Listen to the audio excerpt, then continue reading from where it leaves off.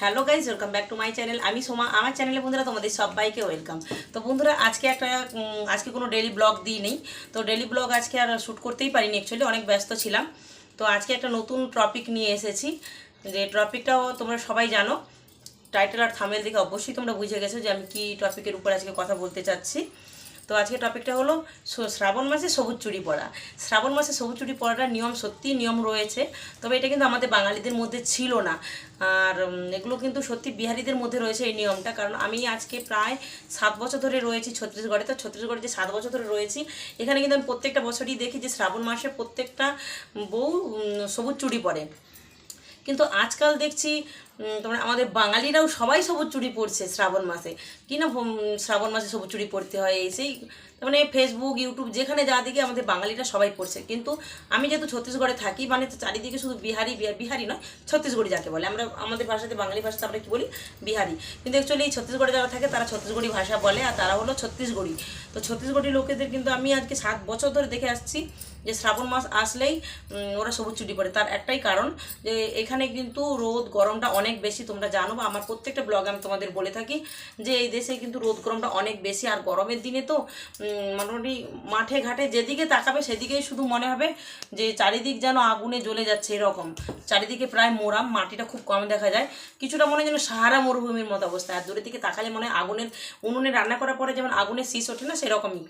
তো এখানে কি গরমের সময় চারিদিক পুরো কি বলে খাক, পুরো ছায়ের মতো অবস্থা হয়ে যায়। কিন্তু যখনই শ্রাবণের জল নামে, শ্রাবণ না, আষাঢ় মাস থেকে ধরো বৃষ্টিটা নামে, তো আষাঢ়ের মাস থেকে যখন বৃষ্টিটা নামে তখন তো অল্প অল্প একটু গরমটা কমতে থাকে। আর যেই সব পুরো ছাই হয়ে যাবা যে মোরামগুলো বলো, বা যেইটুকু জায়গায় মাটি রয়েছে রাস্তার দুই দিক চারিদিক, যতটা মানে খারাপ পরিস্থিতি হয়, সেগুলো কিন্তু যখনই আষাঢ় মাসে বৃষ্টি নামে, তো বৃষ্টির পরে কিন্তু ওই পরিবেশটা ঠান্ডা হতে থাকে। আর আস্তে আস্তে কী হয়, যেগুলো পুরো লাল থাকে সেগুলো আস্তে আস্তে সবুজে ভরে যায়। তবে পুরো শ্রাবণ মাসটাই কিন্তু আরও সবুজে ভরে যায়, কারণ আষাঢ় শ্রাবণ 2 মাস হলো বর্ষাকাল, এটা আমরা সবাই জানি।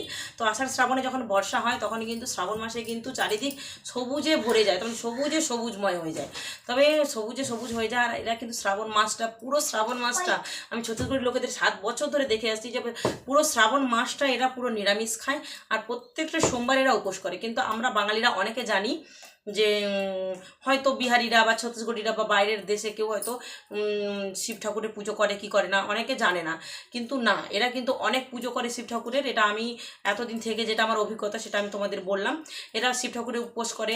কিছু কিছু বাড়িতে তো এমনও রয়েছে যে বাড়িতে যতগুলো মেয়ে বা বউ রয়েছে সবাই কিন্তু প্রত্যেকটা সোমবার, মানে সারা বছরে যতগুলো সোমবার হয়, সারাটা বছরে মানে 365 দিনে 52টা সোমবার হয়। তো 52টা সোমবারই এরা উপোস করে, সারা দিন নির্জলা উপাস। তো কিন্তু সেটা আমাদের বাঙালিদের বাড়িতে কিন্তু সবাই করে না, অনেক কম করে, যেটা আমার জানা। কিন্তু এখানে ছত্তিশগড়ে প্রায় মেয়েরা, বউরা, মহিলারা সবাই করে থাকে। আর এরা শ্রাবণ মাসে পরে ওই যে বৃষ্টির জন্য চারিদিকে পুরো সবুজ সবুজ ভরে যায়। আর এই শ্রাবণ মাসে এদের একটা তিহার থাকে, সেটার নাম হলো হরিয়ালি তিহার। সেটার ব্যাপারে অবশ্যই তোমাদের বলবো এই তিহারের দিন। তো হরিয়ালি তিহার থাকে এদের সবুজের জন্য, সবুজ পরিবেশটাকে এরা উপভোগ করার জন্য এই হরিয়ালি তিহারটা মানায়। আর তার জন্য হাতে কিন্তু সবুজ চুড়ি পরে। তবে আমিও পরি। তবে এই দেখো আমার হাতে এখন আপাতত দেখতে পাচ্ছ মেরুন কালারের চুড়ি, আমি মেরুন কালারের চুড়িটা পরেছিলাম।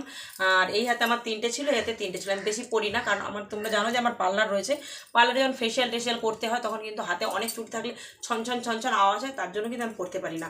তো আজকে যেহেতু আমি পার্লার থেকে কেবল এসেছি, আর তোমাদের এই ভিডিওটা দেওয়ার দরকার ছিল, এই হাতে 3টে ছিল, এতে 3টে ছিল। তবে যাই হোক, এই হাত থেকে বের করার সময় একটা চুড়ি আমার ভেঙে গেছে আপাতত। আমিও বেশি পরি না, তবে আমি একটা দুটো করে হাতে রাখি, বেশি পরি না। এখানে কোনো বিয়ে বাড়ি, শ্রাদ্ধ বাড়ি, অনুষ্ঠান বাড়ি যখন যাই তখন একটা দুটো রাখি। কারণ এখানকার কাঁচা চুড়ি পরার নিয়ম হলো, এখানকার যারা বিবাহিত, মানে যাদের স্বামী রয়েছে তারা কিন্তু কাঁচা চুড়ি পরে। আমরা বাঙালিরা কিন্তু যেমন শাখা পলা পরি, বিবাহিত মহিলা বা যাদের স্বামী থাকে যাকে বলে, তো তারা যেমন শাখা পলা পরি, কিন্তু এদের ছত্তিশগড়িদের মধ্যে নিয়ম কিন্তু এই কাঁচা চুড়ি পরতে হয়। দেখো আমার কাছে অনেক রকমের কাঁচা চুড়ি রয়েছে, আমি বেশি কিনি না, 1 ডজন করে কিনি, আমার 1 বছর করে চলে যায়। কারণ আমি একটা দুটো করে পরি। আর আমার কাছে 3-4 কালারের রয়েছে। এটা রয়েছে একটা হালকা সি গ্রিন কালারের রয়েছে, আর একটা হলুদ কালার রয়েছে। তবে ওইগুলো থেকে মানে দুটো তিনটে করে বেঁচে আছে, আর এটা থেকে আর মাত্র 5খানা। তবে আমিও কিন্তু সবুজ চুড়িটা নিয়ে চলে এসেছি। এই দেখো, এটাও একটা সবুজ চুড়ি। তো এই দেখো, এর কিন্তু অনেকটা সিম্পল চুড়িও পাওয়া যায়, যে দেখতে পাচ্ছ সবুজ চুড়ি। তবে এই দেখো সবুজ চুড়িগুলো আমিও পরবো। তবে আমি কিন্তু বেশিক্ষণ পরে থাকতে পারি না, আমি একটুক্ষণ পরি। এটাতে রয়েছে 13টা করে, মানে একটা করে বেশি দেয় দোকানে। তো এই দেখো তোমাদের সামনে আমি সবুজ চুড়ি পরে নিলাম। সবুজ চুড়ি অ্যাকচুয়ালি এই জন্যই পরে। আর এখন আমি সত্যি ফেসবুক ইউটিউব সব কিছুতে দেখছি যে আমাদের বাঙালি মেয়েরা এত পরিমাণে সবুজ চুড়ি পরছে। সবুজ চুড়ি আসল রহস্যটা কি তাই তোমাদের কাছে আমি এখন বললাম। সবুজ চুড়ি কিন্তু অ্যাকচুয়ালি ছত্তিশগড়ি বা বিহারি লোকেরাই বেশি পরে। তো এদের এই একটাই কারণ যে শ্রাবণ মাসটা এদের কাছে হলো চারিদিক পুরো সবুজে ভরে যায়, তার জন্য এই শ্রাবণ মাসটা এরা সারা বছরই তো এমনিতে শিব ঠাকুর এরা উপাস করে, কিন্তু শ্রাবণ মাসটা চারিদিক সবুজে ভরে যায় বলে এরা কিন্তু শ্রাবণ মাসটাতেও ওই সবুজ চুড়িটাই পরে।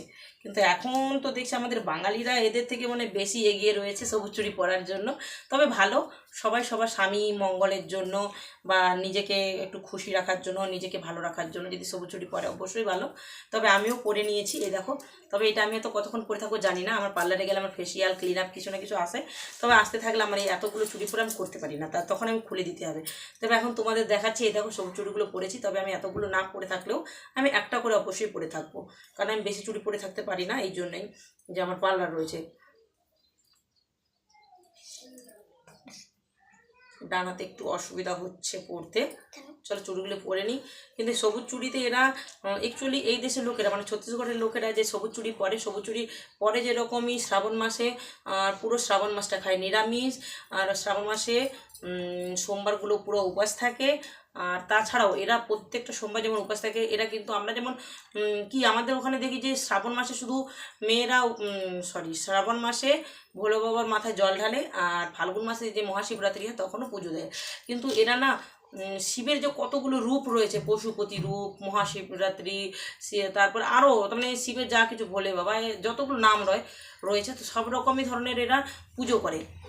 তো আর প্রায় বাড়িতে তুমি দেখবে এখানকার প্রায় বাড়িতে রয়েছে, তুলসীতলাতেই রয়েছে শিব ঠাকুরের লিঙ্গ, মানে শিবলিঙ্গ রয়েছে। আমরা যে বাড়িটাতে ভাড়া রয়েছি এই বাড়িটাতেও কিন্তু তুলসীতলায় রয়েছে, শিবলিঙ্গ রয়েছে, আর শিবের যে ষাঁড় রয়েছে সেই ষাঁড় আর শিবলিঙ্গ দুটোই রয়েছে। প্রায় বাড়িতে এগুলো কিন্তু থাকে তুলসীতলাতে। আর আমাদের বাঙালিতে প্রায় বাড়িতে তুলসীতলাতে থাকে না, সেটা তো আমি ভালোভাবে জানি, কারণ আমি যেহেতু বাঙালি বাড়িরই বা আমি বাঁকুড়ার মানুষ, মেদিনীপুরের মেয়ে। তো আমি কিন্তু দুই জায়গাতেই দেখেছি কারোর কিন্তু তুলসীতলাতে রাখে না, এরা কিন্তু তুলসীতলাতে রাখে না, এরা প্রত্যেক দিন ঠাকুরের মাথায় জল ঢালে। আর এখানে আরেকটা নিয়ম রয়েছে, সেটা হলো যে পুকুর পাড়, মানে এখানকার মেয়েরা এখনও পুকুরে যায় চান করতে। তো সেই পুকুর পাড়ে কিন্তু প্রতিটা পুকুর পাড়েই কিন্তু একটা দুটো করে তুমি শিবলিঙ্গ দেখতেই পাবে। কোনোদিন যদি আমার সুযোগ হয় অবশ্যই তোমাদের দেখাবো, পুকুর পাড়ে ওখানে শিবলিঙ্গ থাকে। তো শিবলিঙ্গতে এরা পুজো করে চান করে উঠে ওখানে আগে জল দেয়, তারপরে এই দেখো আমি চুড়িগুলো পরে নিয়েছি, কেমন হয়েছে তোমরা অবশ্যই জানিও। আর চলো অনেকক্ষণ বকবক করে ফেললাম, আজকের ভিডিওটা এখানে পর্যন্ত, এরপর দেখা যাবে নতুন একটা ব্লগে। তোমরা সবাই ভালো থেকো, সুস্থ থেকো, টাটা। আর কেমন হয়েছে আমারই বলো, বাই।